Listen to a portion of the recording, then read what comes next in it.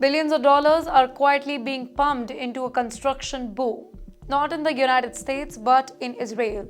And it's all happening under US President Donald Trump. Yes, you heard that right.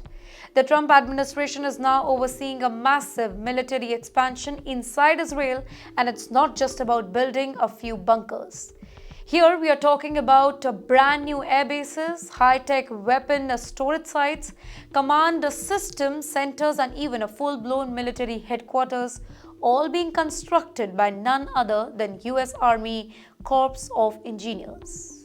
You know why this is controversial? Because the funding for these mega projects isn't coming out of Israel's pocket. It is coming from American taxpayers' pocket under the Foreign Military Financing Program, which hands over billions to the military aid to Israel every single year. In fact, Israel is the largest recipient of US foreign military aid in the world, receiving $3.8 billion annually, locked in under a 10-year agreement signed during the Obama era, but now being ramped up under Trump's second term.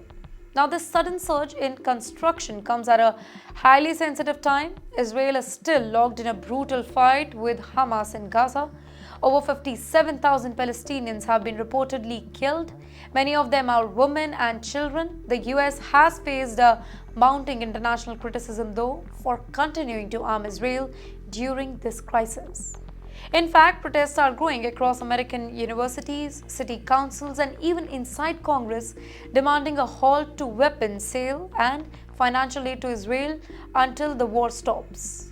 Yet, instead of slowing down, Washington is speeding up, laying the groundwork for long-term permanent US-Israel military cooperation. In fact, analysts say that this is not just about helping Israel defend itself. It's about preparing for future wars in the Middle East, possibly even with Iran, Hezbollah, or other actors. And some insiders believe that this infrastructure could actually give the US a forward base of operation in case of regional war that breaks out. In fact, interestingly, military engineers have already begun work in southern Israel and other disclosed sites as well that are actually protected by layers of security. These aren't temporary structures, by the way. They are hardened, fortified facilities meant to last for decades. This raises a big question.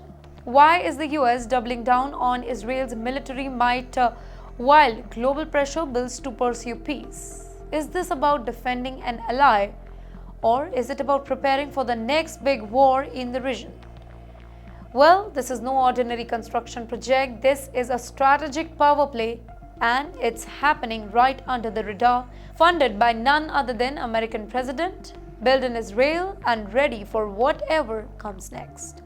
And while the headlines are focused on diplomacy and ceasefire talks, behind the scenes, the ground is being laid, quite literally, for a very, very different kind of future in the Middle East.